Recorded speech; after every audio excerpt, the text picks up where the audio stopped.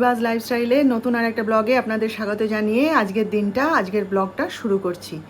আশা করি আপনারা সবাই ভালো আছেন। তো আজকে হচ্ছে গিয়ে বুধবার, আমার খেয়াল ছিল না, আমি আজকে ভাবছিলাম বৃহস্পতিবার, জানেন তো। আজকে হচ্ছে বুধবার আর এখন বাজে হচ্ছে ওই 10টা বাজতে 10 মিনিট বাকি আছে। তো চান তো করে নিয়েছি, পুজোয় বসবো এবার আস্তে আস্তে। দেখি এখনও টুকটাক কাজ আছে। আসলে ওই যে কি বলুন তো, সকাল থেকে মানে এরা ঘরে থাকে তো এদেরকে মানে গুছিয়ে বের করে দিয়ে তারপর মানে শান্তিতে বসে পুজো করা যায়, নইলে 14 বার উঠতে হয়, জানেন, 14 বার পুজো করতে করতে উঠতে হয় আর মেজাজ খারাপ হয়ে যায়। তো যাই হোক, আর আজকে তো আমার যা তো কলকাতা চলে গেছে, সেই জন্যে যে অনুষ্ঠানটা হওয়ার কথা ছিল সেটা আজকে হবে না। মা বলে গেছে সকালবেলায় কালকে হবে, এই আর কি। আর সব তো এই বেরিয়ে গেছে ডিউটিতে, ডাক্তার সাহেব এখনও যায়নি, রেডি হচ্ছে। আর ওই কাল থেকেই বলছিল লিস্টটা করে দিতে, মাসের দোকান বাজার সবে শেয়ার হয়ে উঠছিল না, ওই জন্য সকালবেলায় উঠে আগে লিস্ট বানিয়ে দিয়েছি, দিয়ে গুছিয়ে রেখে দিয়েছি। হ্যাঁ হ্যাঁ এখানে আছে, না এই যে টেবিলে রেখেছি। হ্যাঁ না, তোমার চশমা চাপা দেওয়া আছে। হ্যাঁ ওই যে তো সেই নিয়ে সব নিয়ে এখনই বেরিয়ে যাবে আর কি। তো আমার যায় ছেলেটা এসছে, বলে বাবা এই রোদে তুমি এখন বাজার করতে যাবে? আমি বলি তাহলেই বোঝ। বলে ওই জন্য দেখি বাবা রাতের বেলায় বাজার করে। আমি বলি না, এখন দিয়ে আসো, তারপরে সন্ধ্যাবেলায় নিয়ে আসবে, এখন তো আর আমার দরকার নেই। একটুখানি পাড়ার দোকানে গেলে হতো, কিন্তু এত রোদ না, আমার আর বেরোতে ইচ্ছে করছে না। তার মধ্যে আবার এখন রান্না করতে হবে এই গরমে। ডাক্তার সাহেব তো রোজই বলেন এই একটা তরকারি ভাত করে ছেড়ে দাও, আর কিচ্ছু করতে হবে না, ডাল আর একটা তরকারি করে দাও, আলু ভাতে দিয়ে দাও। আমি রোজ কি আলু ভাতে দিয়ে খাবে? তো তারপরে মাছের মাসিকেও খবর দিতে হতো, সেও আমার যেতে ইচ্ছে করলো না, জানেন তো। এত গরম না বাইরে, আমার আর ঘর থেকে বেরোতে ইচ্ছা করে না।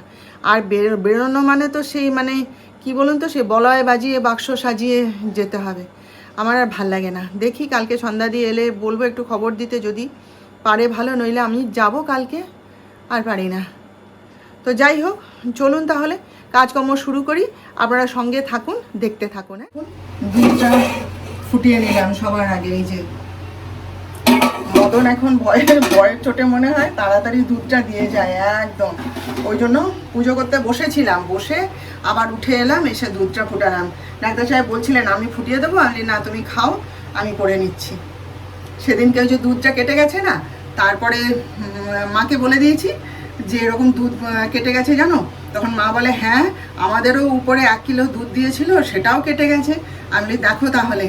তারপরে মদন এসছে, মদনকে বলছি যে মদন এরকম দুধটা কালকে কেটে গেছে জানো। বলে কি, সঙ্গে সঙ্গে বলছে আর আজকে? আমি বলি আজকে এই তো তুমি দিয়ে যাওয়ার সঙ্গে সঙ্গে ফুটিয়ে দিলাম দুধ, আজকে ঠিক আছে। সঙ্গে সঙ্গে মদন তো বেশ এবারে মানে পেয়ে গেছে, সঙ্গে সঙ্গে বলছে দুধ ফুটাইতে হবে সকালবেলায়, সকালবেলা দুধ না ফুটাইলে হবেই নি। এবার মা উপর থেকে শুনতে পেয়ে গেছে ব্যালকনি থেকে। মা বলে তুই আয়, তোকে দিচ্ছি, দাঁড়া, তোর ব্যবস্থা করছি, তুই এদিকে আয়। সেই জন্যে তাড়াতাড়ি আগে আমরা এখন কি করি বলুন তো, যে পারে সে দুধের বাসন রেডি করে গ্যাসের উপরে রাখা থাকে, দুধটা আসার সঙ্গে সঙ্গে যে পারে সে ঢেলে নেয়, নিয়ে ফুটিয়ে নেয়, এছাড়া উপায় নেই। নইলে ও মানে গরুর দুধ বলে নাকি কে জানে। সেদিন তো ডাক্তার সাহেব তো প্যাকেট দুধ নিয়ে এসেছিলেন, আমি তো একবার মাত্র ফুটিয়ে ফ্রিজে রেখে দিয়েছি, কেমন সুন্দর ছিল 2 দিন। কিন্তু এই গরুর দুধ না মানে এক্ষুনি দিয়ে গেল, তো এক্ষুনি যদি আপনি না ফুটান আমি দেখছি পচে যায়।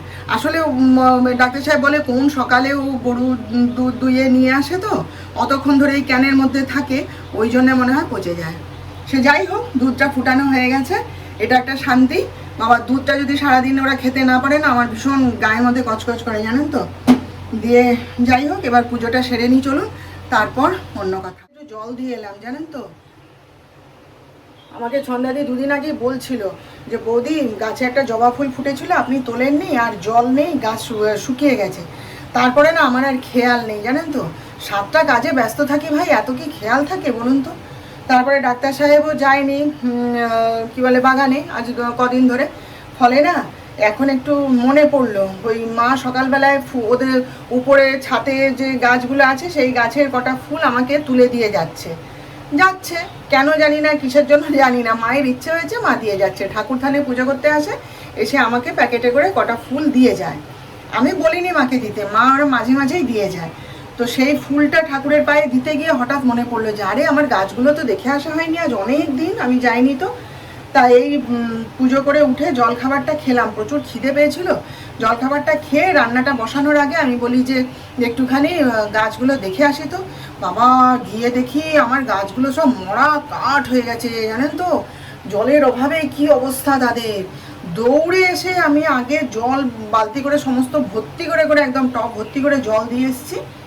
আসলে গাছগুলো যখন চোখের সামনে ছিল তখন যত্ন পেত, কিন্তু ওরা তো মানলো না, ওদের এখানে থাকলে রোদ লাগছে না, এ না ও না, ওই জন্য ওদেরকে পাঠিয়ে দিলাম সেপারে। ব্যাস, এবার আর নজরদারি সেরকম পড়ে না। তো সেই গিয়ে সমস্ত জল দিয়ে এলাম, আবার জল দিতে গিয়ে দেখি না পাম্পের জল শেষ। কালকে ওভারফ্লো করে দিয়েছিলাম জল, তবু সকাল থেকে অনেক কাজকর্ম হয় তো জল নেই। আর আমাদের এখানে না খুব জলের প্রবলেম শুরু হয়েছে। আমার পাশের বাড়ি আমার ছোটো দেওর, ওরা তো একটা দেখলাম সেদিনকে বড় একটা জলের ট্যাঙ্কি নিয়ে এসছে, বললো জল আসছে না, সেই জন্যে খুব জলের কষ্ট হচ্ছিল। আমাদের যেহেতু দুটো লাইন করা আছে ওই জন্য না মানে অতটা বুঝতে পারি না। তো যাই হোক, আবার সেই পাম্প চালালাম, চালিয়ে জল উঠতে গাছগুলোয় জল দিয়ে এলাম। দিয়ে এসে এই যে ডাল বসিয়েছি আর ওই যে ভাত বসিয়েছি। ডাল আর ভাতটা হোক, তারপরে দেখি কি রান্না করা যায়। এই দেখুন রান্না তো সব হয়ে গেছে। এই যে এখানে ডিম সেদ্ধ বসিয়ে দিয়েছি, আর গ্যাসে আর ডিম সেদ্ধ করি না, জানেন তো, বড্ড গ্যাস পুড়বে। ওই ইন্ডাকশানে বসিয়ে দিয়েছি, এখন তো আর কেউ খাচ্ছে না, হতে থাকুক। আর এখানে একটু লাউ খোসা ভাজা করেছি, আমার ভীষণ ভাল লাগে জানেন তো। আমার সাথে সাথে ডাক্তার সাহেবও একটু খায়, আগে খেত না এখন খায়। আর এইখানে একটু এই যে ঢ্যাঁড়সের ঝাল করেছি, আর এই যে মুগের ডাল করেছি আজকে। হ্যাঁ, আর এখানে হচ্ছে এই যে বাটা মাছ ভাজাই করে নিয়েছি। আর নিজের জন্য অত কিছু ভালো লাগে না, তাই না। আর এই যে ফুলকপির তরকারি, ব্যাস এই আজকে রান্না করেছি। এবার এই ডিম সেদ্ধটা হলে যিশু যদি খায় তো খেয়ে নেবে। করে একবার দেখিয়ে দিই, এই যে আমার গোবিন্দ, এই যে ফুলটা দেখছেন, সকালবেলায় বলছিলাম না, এই যে এই জবা ফুলটা, তারপরে ওই দেখুন লক্ষ্মীর ঘটে দিয়েছি ওই যে জবা ফুলটা, এই সাদা ফুল মা আজকে সব দিয়ে গেছে সকালবেলা। তারপরে ওই যে আরও আছে, ওই যে শিব ঠাকুরের পায়ে, তারপরে এই যে বেলপাতা মা সরস্বতীর পায়ে সব দিয়েছি, সব মা আজকে সকালবেলায় দিয়ে গেছে। এই গোলাপি ফুলটাও মা দিয়ে গেছে। হঠাৎ দেখি বলছে তোমার জন্য ফুল রেখে গেলাম বুঝলে, বলে প্যাকেটে করে দিয়ে গেছে। আর এই যে গোবিন্দকে নিবেদন করলাম, এই যে দেখুন। আবার ওর জন্য আবার নতুন জামা কিনতে যেতে হবে, পয়লা বৈশাখ আসছে তো। সবার জন্য জামা কেনার আগে আমার গোপালের জন্য আগে জামা কিনবো, তারপরে সবার জামা কিনবো।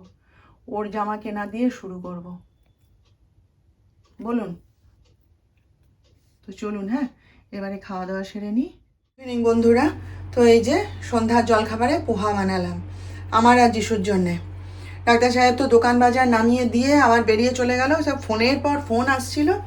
যখন সন্ধ্যা দিচ্ছিলাম ফোনটা রেখে দিয়ে বাজার গেছিলো, তো ফোনের পর ফোন আসছে। তারপরে তার ভাই ছুটে এলো, তা সেই জন্য আর মানে গেটের ভেতরে মানে ঘরে আর ঢোকেনি, ওই গেটের কাছে নামিয়ে দিয়েই দৌড় একদম।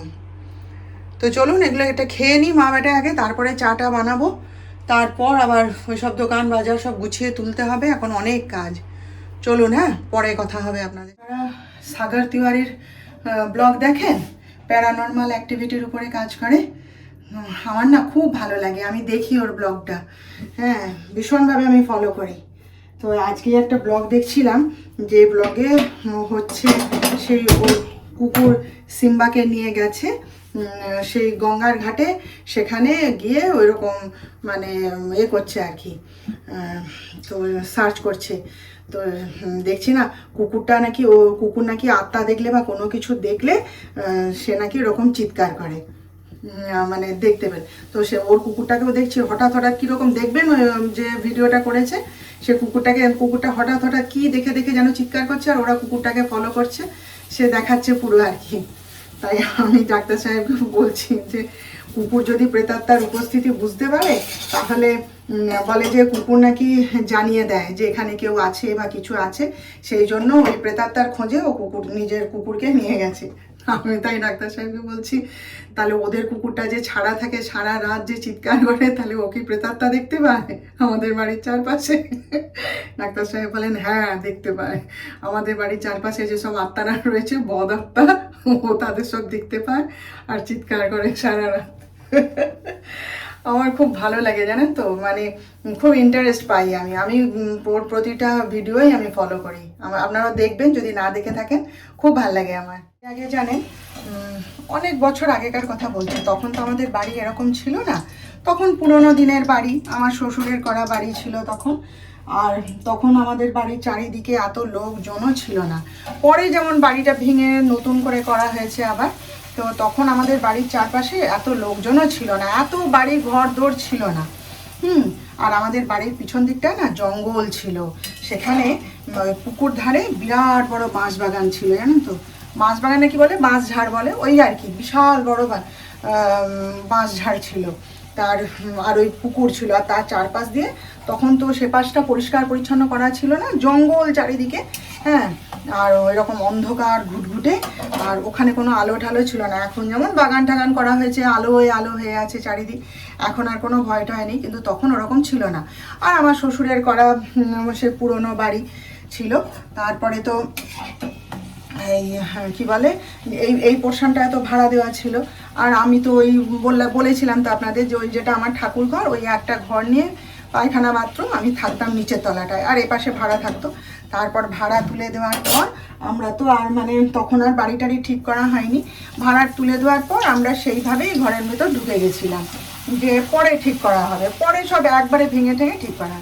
তো সেই ঘরে জানেন তো, তখন তো সে নড়বড়ে দরজা, পুরোনো দিনের বাড়ি তো, নড়বড়ে দরজা। তখন আরেক পাশে যেহেতু ভাড়া ছিল, সে আরও মানে তথৈবচ অবস্থা সেই তার মধ্যে। আর ডাক্তার সাহেব ওই রকম রাত করে করে ফিরতেন তখন। এখন যেমন একটুখানি তাড়াতাড়ি ফেরে, তখন তার নতুন ল্যাব তো, আর সে 3টে, 2:30, 3টে, 3:30, কোনো দিন ভোর 4টেও হয়ে যেত নার্সিংহোম থেকে ফিরতে, জানেন তো।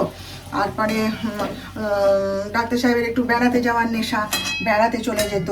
আর আমি তখন যিশু তো কোলে, এইটুকু বাচ্চা, সে তখন বোধহয় ওই 7-8 মাস হয়েছে কি এরকম, ওর কোলে যিশু। ওই বাচ্চাকে নিয়ে আমি এই নিচের তলায় একা থাকতাম, জানেন তো। এবার তখন তো বাড়িতে আমাদের অত ফোন টোনের ব্যবস্থাও ছিল না, আর সেই জন্য উপরে ওরা দরজা বন্ধ করে দিয়ে শুয়ে পড়লো। আর ব্যাস, এবার নিচের তলাটা পুরো একা, ওই অত বড় নিচের তলাটা ছড়ানো ছিটানো, এখন যেমন দেখছেন, সে পুরো নিচের তলাটায় আমি একা বাচ্চা নিয়ে, জানেন তো। কি ভয় করতো, পুরো দরজা চারিদিকে বন্ধ টন্ধ করে দিয়ে থাকতাম। আর পিছন দিকে ওই জঙ্গল, বা আমার মা তো কি বকা বকতো, বলে তুই চলে আয়, শোভন যখন ঘরে থাকবে না তুই তখন চলে আসবি। শোভনকে তারপর থেকে না ওরকম, ও বেড়াতে চলে গেলে তখন মা বলে, না, জোয়ান মেয়ে, আর নিচের তলায় ওই বাচ্চা, ওইটুকু বাচ্চাকে নিয়ে একলা থাকতে হবে না বলে। তারপর থেকে ও বেড়াতে চলে গেলে আমাকে বাপের বাড়িতে রেখে আসতো, আমি বাচ্চা নিয়ে বাপের বাড়িতে থাকতাম। ও যতদিন বাইরে বেড়াতে যেত, আমি বাচ্চা নিয়ে বাপের বাড়িতে থাকতাম। তারপরে আসার পথে ও আমাকে বাপের বাড়ি থেকে আবার তুলে নিয়ে আবার চলে আসতো, জানেন। আমাকে ডাক্তার সাহেব বলে, হ্যাঁ, তোমার ঘরের সামনে তোমার ঠাকুরের থান রয়েছে এত বড়, নিত্য পুজো হচ্ছে যেখানে, এত লোকজন আসে, এত পুজো হয়, তোমরা রাত দিন ওখানে যা দেখছো, প্রণাম করছো, মা রাত দিন পুজো করছে, তোমার আবার কিসের ভয়? ভয় লাগে না বলুন? হ্যাঁ, এখন যেমন বয়স হয়ে গেছে, চারিদিক চেনা জানা হয়ে গেছে, এখন লোকজন ভর্তি, আলোয় আলো। তখন তো এরকম ছিল না, বুঝতে পারছেন তো আমি কিরকম বলছি, কিরকম ছিল। তো সেই মধ্যে মানে এখন আমি তাই ভাবি যে বাবা, আমার কি সাহস ছিল, আমি ওর মধ্যে ওইটুকু বাচ্চাকে নিয়ে বসে থাকতাম, জানেন তো। সারা রাত ঘুমাতাম না, বাচ্চাকে কোলে নিয়ে ভয়ের চোটে চুপ করে বসে আছি। একবার তো সে গোটা বাড়ি ফাঁকা, জানেন তো। ডাক্তার সাহেব চলে গেছে বেড়াতে, আর আমার যা তখন হলদিয়াতে থাকে, ওর ছেলেকে নিয়ে।